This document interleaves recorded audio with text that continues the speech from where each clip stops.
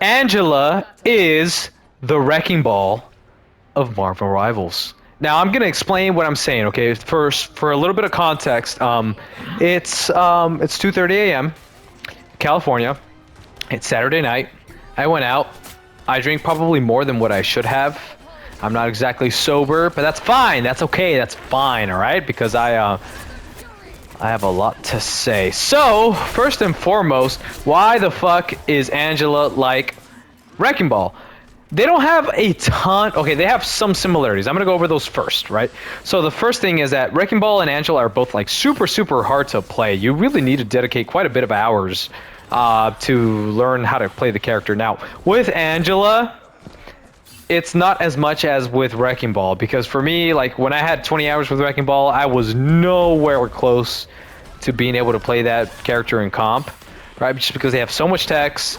They're immune to sorry, they're not immune. They're susceptible to so much, and it's just a difficult character to play, right? So, at least with Angela, you can kind of get the point, and do your thing, and because it's very easy to add value just by spearing a tank on the front line into your team and displacing them.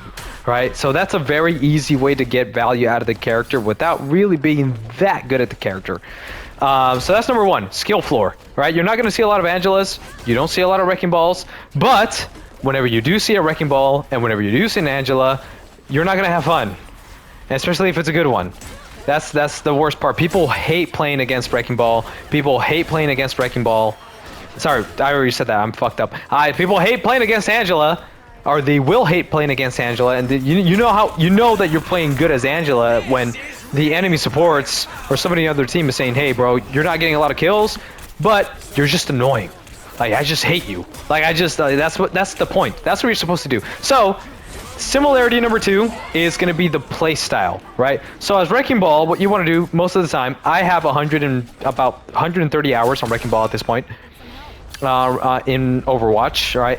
With Angela, right now, when I took this gameplay, I was 17 hours. Right now, I'm about 24, 23.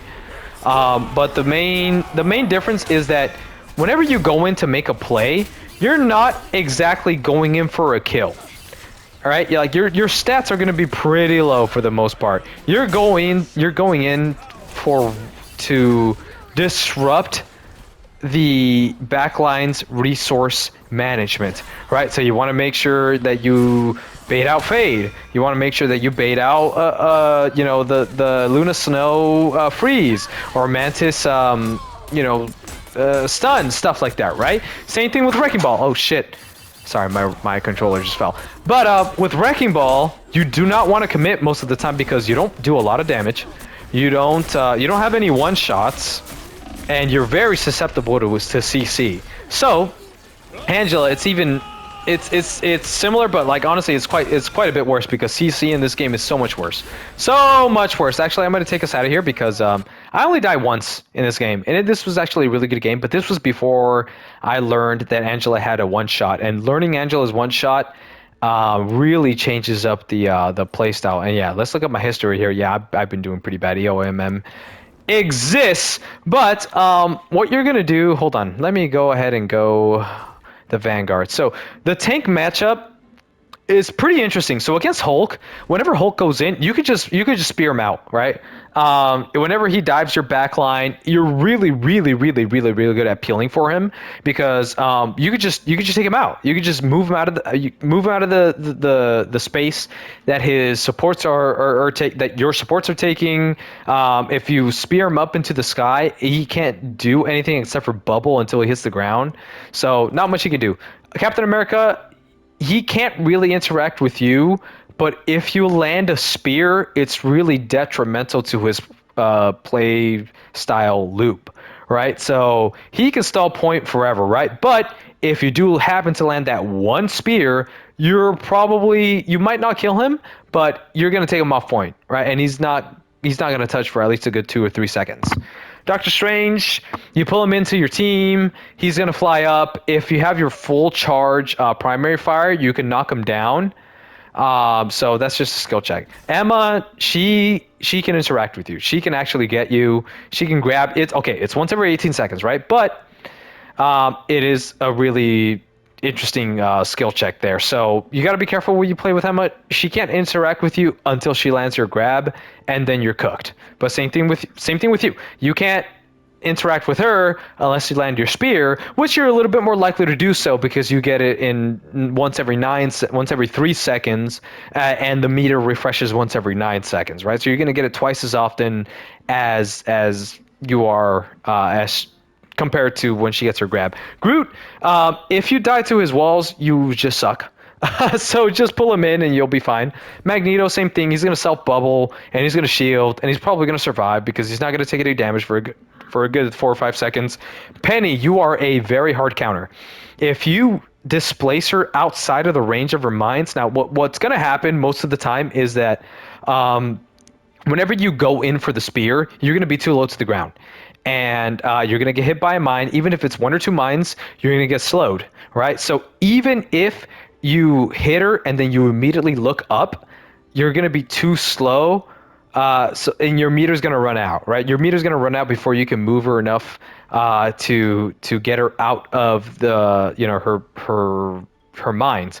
But you do it the second time when there's no mines. You do it the third time. You do it the fourth time. She can't really do anything against you, right? Unless she lands her stun, which again, skill check. But most of the time she's going to be looking forward. She's not really going to be looking backwards for you to pull her in. Thing can't interact with him.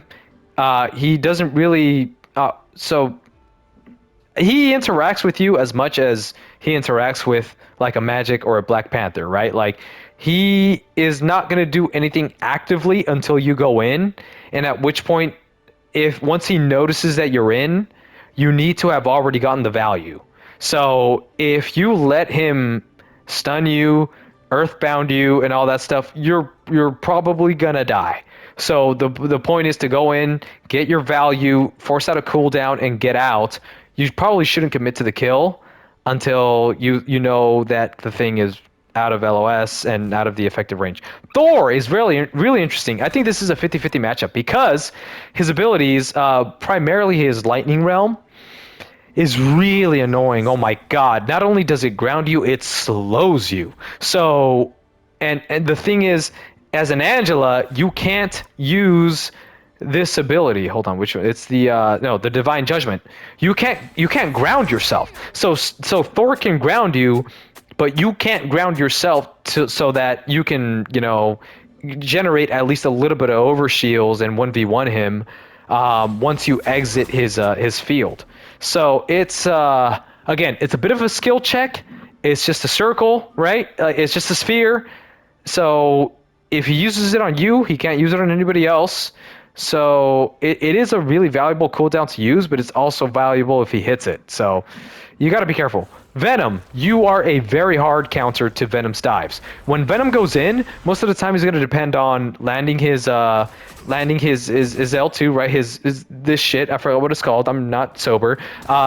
He's gonna land his shields and all that stuff. And most of the time, unless you have a DPS that can stun or that can do 1,000 damage per second, which no DPS in this game can do, it's going to be best just to get him out because you're going to detach his L2, and he's going to be too far to make his shields effective, right? So if you pull him out, he does use his shields. Most of the time he uses his jump to get in, right? So his only other cooldown is going to be his swing.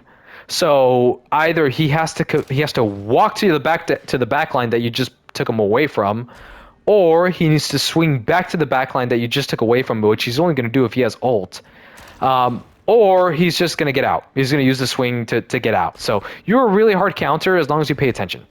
But honestly, tank matchups as an Angela, not that big of a problem. It's going to be mostly the duelists. So the thing with duelists and supports is that you're going to find out that almost every single ability in this game is a stun, right? So there's a very big difference between a knockback and a stun.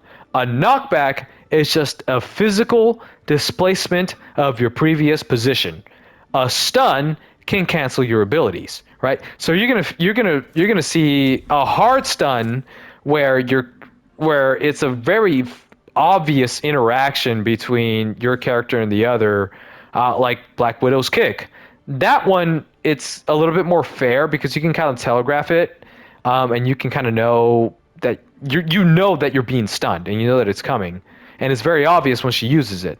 But a stun that's not very fair that can cancel your abilities, that is that should kind of just be the knockback, would be something, for example, like Hawkeye Slash. So this slash can cancel your movement. It can cancel your R1. It can cancel your spear dash. Hela's stun is a little bit more of a skill check, right? Because it's a projectile. So that one feels a little bit more fair. Torch, most of the time, is going to be an easy kill.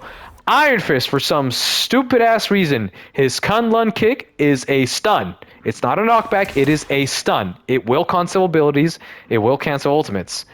Iron Man can't really interact with you. Magic's is a stun with her R1, but it's a little bit more fair because it's kind of harder to hit. It's not an AoE ability.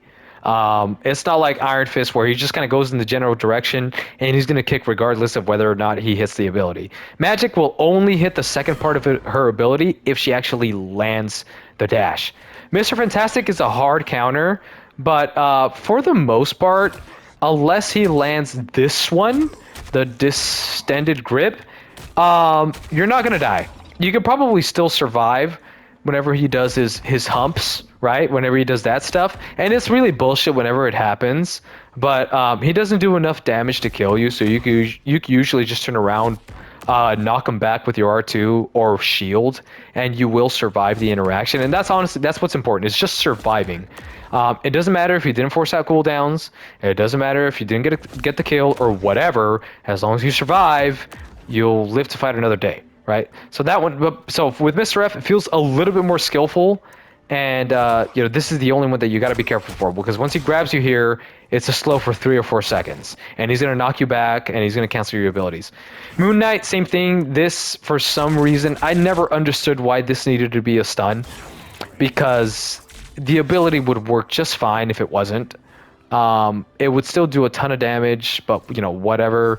Namor, no stuns, none of that stuff. Phoenix does have her double stun with her L2, because it doesn't just do a stun where she places it. It does one more stun, 2 or 3 more stuns right behind. So you got to be careful with that one. Psylocke, don't really interact with her very often. Scarlet Witch just does a crap ton of damage, especially with the team up. Goodness gracious, it's annoying. Spider-Man, you can actually, it's not really obvious on paper, but you can very much counter Spider-Man. If he goes into your backline, if you hit him one time with a fully charged spear, with your primary fire, it'll be enough to poke him out, and it'll mess up his swing, it'll mess up his abilities, and he'll have to get out. If you happen to land a spear, most of the time that's a kill, but that's a really difficult thing to do.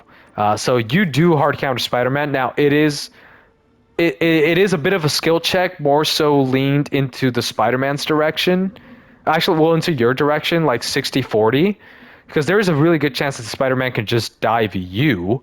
And it's just because he has the aimbot and you don't, right? So it's difficult, right? But you're a little bit more elusive, you're harder to hit, etc., right? So whatever. Squirrel Girl, unless she hits her stun, which if you're getting hit by a Squirrel Girl stun, you probably made a mistake.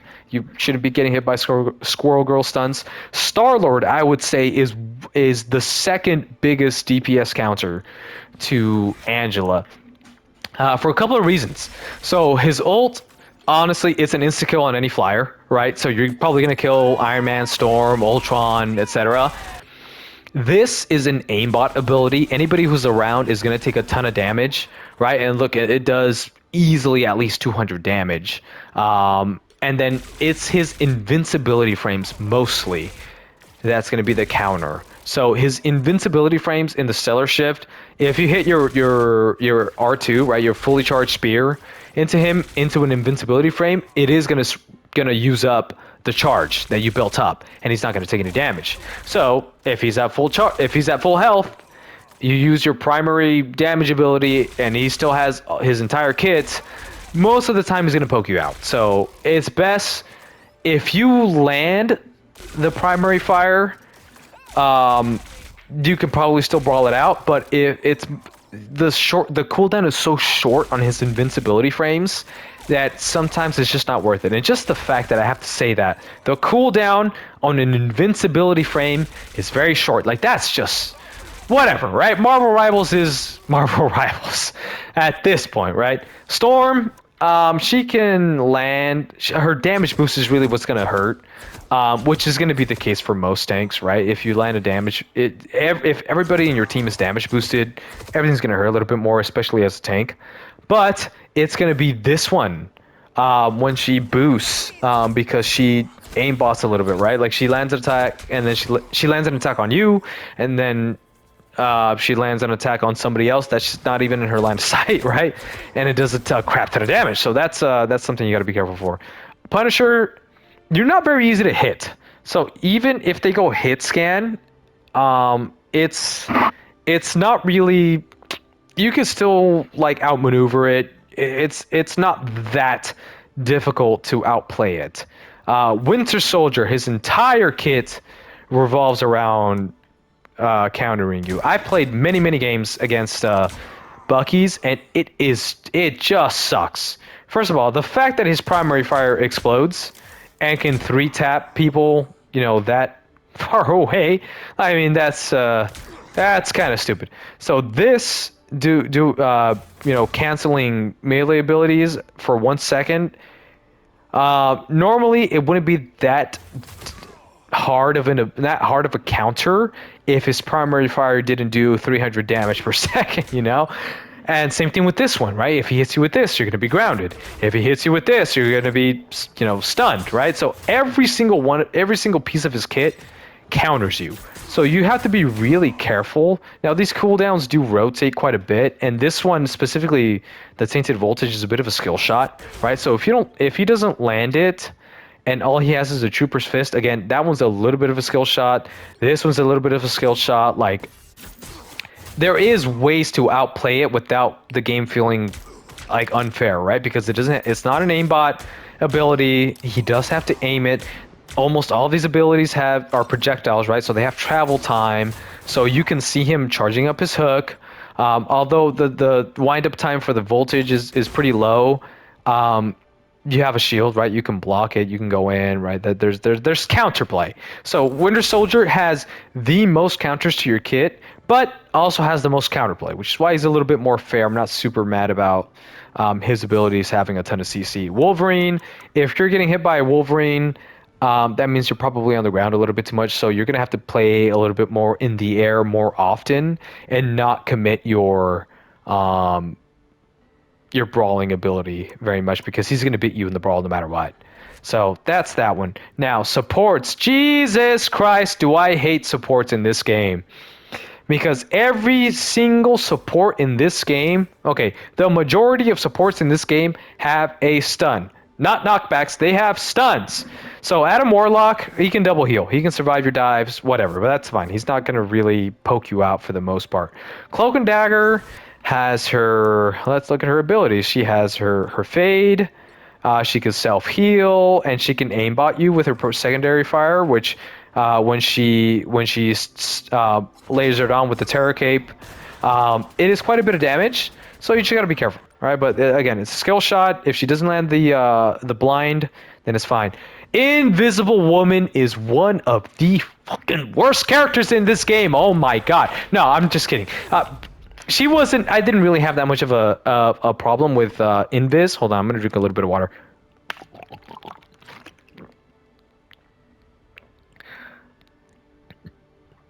Okay. So the thing with Invis is just how easy her stupid ass abilities are to hit. Oh my god, her ultimate slows you while you're inside, and it slows you while you're outside. Her Psionic Vortex, a little bit more of a skill check. This one doesn't feel as unfair, right? If she lands that, then that means you just can't fly in that general area, and you're gonna get grounded. So that's fine. If she hits you with one of these as you're trying to get out, it's just one of those things that you kind of have to look out for. This one though, she can be like 30 to 40 meters away and still can't. This is a stun. This is not a knockback. This is a stun.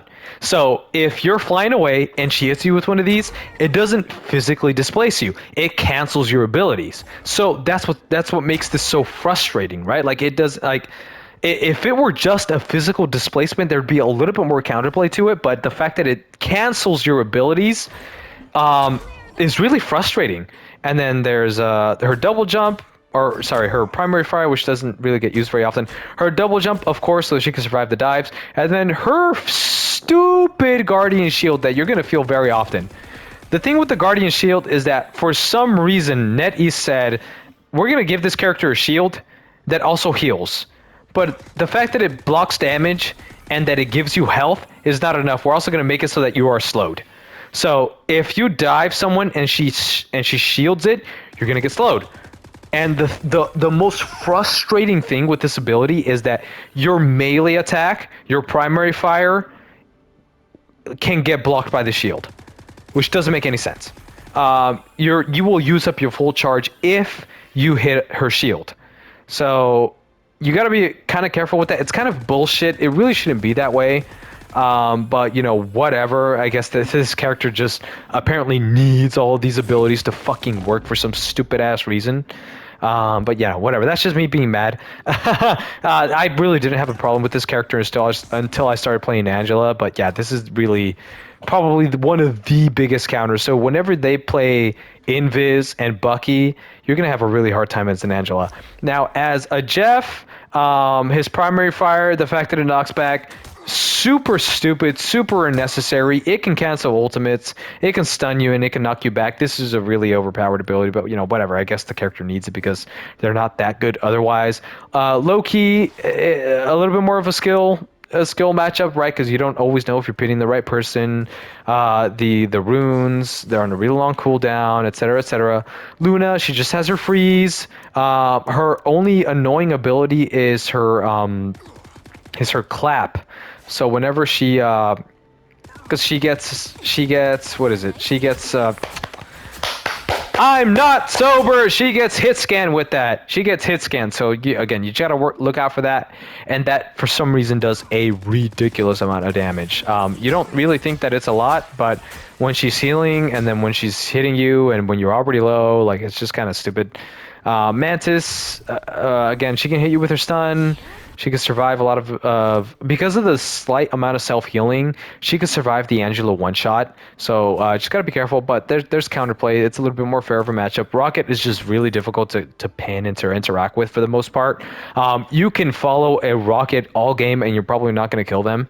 So you do have to interact with the Rocket, right? Because they're a support, and as long as he's alive, he's gonna keep his team alive, right? So but you just have to measure the amount of effort that you're putting into the Rocket in the amount of disruption that you're doing, right? So if you hit the primary fire and you for some reason happen to hit the spear charge, you're probably not going to kill him, but it was worth displacing him. Usually he's going to use both of his dashes, and he's going to have to find another place to get into a better position and to go support his team again. So it's hit or miss. You're not really going to interact with him very often. Ultron, you can literally run it down main. You can fly towards him with your shield up and then just almost one-shot him. I mean, he does have 360 health, so he can give himself the most amount of health in the game. But like, you can really, really, really just bully an Ultron. And honestly, as an Angela, you're not a good Angela until you can bully an Ultron, because a good Ultron will bully you back, especially at range. So if you notice that in a game you're fighting an Ultron as an Angela and the Ultron is winning, it's because you're just not good enough. That's that's as easy, that's as simple as I can put it. So both characters being equally skilled, if a Lord Ultron and a Lord Angela are against each other, most of the time an Angela should win, or at least should displace the Ultron and make him feel under pressure. But if you're a bad Angela, the Ultron will win most of the time. So it's just a skill check. Lastly, I wanted to go over the one shot. Let me double check this loss streak. Yep, I lost a lot of games. Let's look at that. I'm gonna look at my favorites here. I like to pin people that I avoid because these people fucking suck. But Hell 7. I am going to show you guys the Angela one shot. Now, a lot of people online are gonna say that you have to commit the character's entire kit to land in the one shot, and the thing is that you kind of do, right? Except for the shield. I mean, you do kind of commit the shield because you have to do the animation cancel. But the thing is that Angela's base speed is so fast that even if she does use her dash, it kind of doesn't matter, right? Because so let's look at who are the fastest moving characters in the game. It's number one has to be Spider-Man. Number 2 is probably Venom. Number 3 is Angela. The thing is, with Spider-Man, he has to use a swing. And Venom, same thing. He has to use a swing to get around the map like super fast. So Angela can just move really fast without using any abilities. So so on paper, yes, technically Spider-Man and Venom are the fastest moving characters in the game, but Angela has the fastest base movement speed in the game. So it really doesn't matter that you have to use all of your abilities to land the one shot, because you could just fly out and it's going to be really difficult for them to still shoot you. So I'm going to try and skip forward to the part where I get the one shot. I think that's the last time we die. Give me a second here. It's around here. It's around here somewhere. I know it is. It's a little bit after this this Luna dies. So first, I'm gonna put it into Luna's perspective. So I one-shot her twice. So right here, you're gonna see she's not at full health. She's at 255. She's probably typing. She's standing still, so it was very easy to hit the one shot, right? But I do hit her with the one shot one more time at the end of the game, and I'm gonna show you that it is a true one shot. It is a 275 HP one shot. So we're gonna slow this down. So you're gonna see she's at 275 health. So the combo is melee, full charge primary fire. I'm gonna slow it down as it goes. So the melee is gonna be about 30 to 20 damage. Give me one. This is how I'm looking at the world right now, bro. Okay, boom, 30 damage on the melee, and then. How many was that? About 105 damage on the fully charged primary fire, and it's a little bit of a knockback. Now, it doesn't work all that. You can see that she got dashed forward a little bit, and then you go in for the fully charged dash. So she went from 140 to 110, so that's 30 damage just for landing the dash. And then boom, you land the 30 HP the melee attack, and then you land the spear. So it is technically her entire kit, but again, you're moving so ridiculously fast that it kind of doesn't matter. Now, from the POV of the Angela, it's a little bit disorientating because of how the character moves.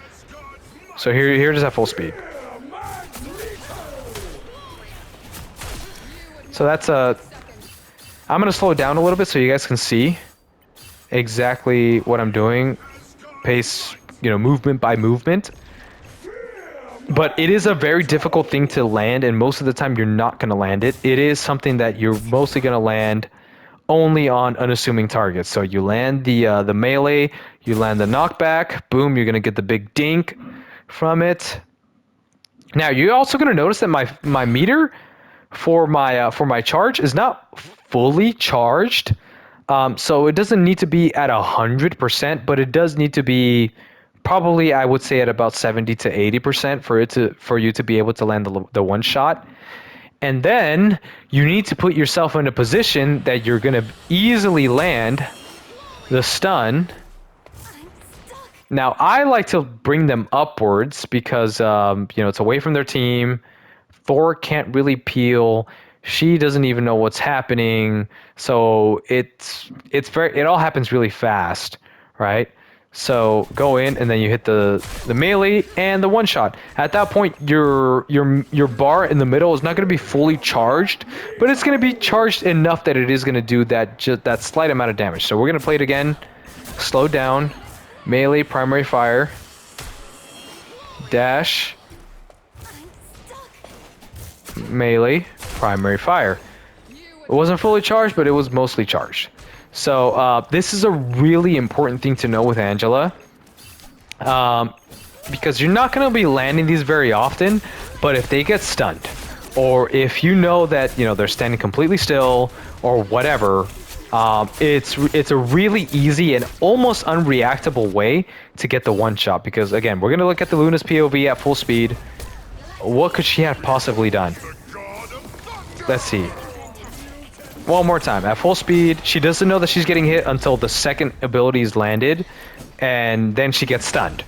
So, again, not really reactable, but if she would have seen me coming, if I didn't set up correctly, it would have been really difficult to land. So that's really important. Anyways, Angela, in my opinion, after many hours of playing this character, she is a good character. The only thing is that CC in this game is just insane.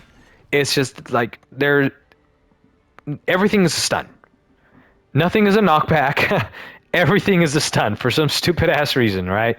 So you just have to be careful. You have to be able to mitigate CC, which you can with your shield most of the time. Like you can block stuns. You can block Invisible Woman's push. You can't block Bucky's is the one where he dashes at you, but you can block his projectile. So it's a skill. This is definitely one of those skill check characters, and it's gonna be it's almost like Black Panther, where if you're not getting CC to hell and countered up the ass, you will pretty much run a lobby. Anything with CC or with unreactable one shots, or just with a lot of tank presence where you can be in the backline or in somebody's face all of the time, it's just going to be very annoying. And what do I think that this character was 100% necessary for the game? Not exactly, because she's only really good whenever they don't have any CC whatsoever. But even against Flyers, I mean, against Iron Man, it's going to be a bit of a skill matchup. Torch moves super fast, so it's really hard to hit. Ultron, you can really kill. But when I heard the words Flying Vanguard, I thought counter to Flyers, right? Someone who's going to, take aerial space, not just ground space. Somebody's going to tell a Flyer, hey, you're not allowed to fly around here, right? And she does do that kind of, but for the most part, her value is displacing anybody who's on the ground. So her kit, the way that it is really interesting design, right? Because this, quite honestly, hasn't really been done. If you really think about it, with the mainstream hero shooters, there hasn't really been a flying tank that can displace people and that's in the air all of the time. So I welcome it. I do think that this character is really interesting, but she's very feast or famine. So fun character. I personally definitively say that she is the wrecking ball of Marvel Rivals. And I think if there wasn't as many hard stuns in this game, because imagine if Lucio Boop was a stun, and if you were playing Wrecking Ball and every time Lucio booped you, you got out of fireball form and back into your minigun chains, right? Like that would be stupid, right? Overwatch doesn't have as much CC, which is why Wrecking Ball kind of thrives a little bit more.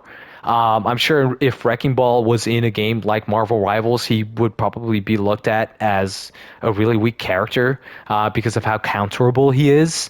And that's just the game that we're playing, right? Marvel Rivals has a ton of CC, has a ton of counters to dive. So if you're thinking about playing Angela, it's just something that you're gonna have to deal with and rage about every once in a while. But yeah. Anyways, that is my. It's 3:07 a.m., guys. I had some tacos and they tasted so fucking good. Anyways, GG's, y'all. Hasta luego.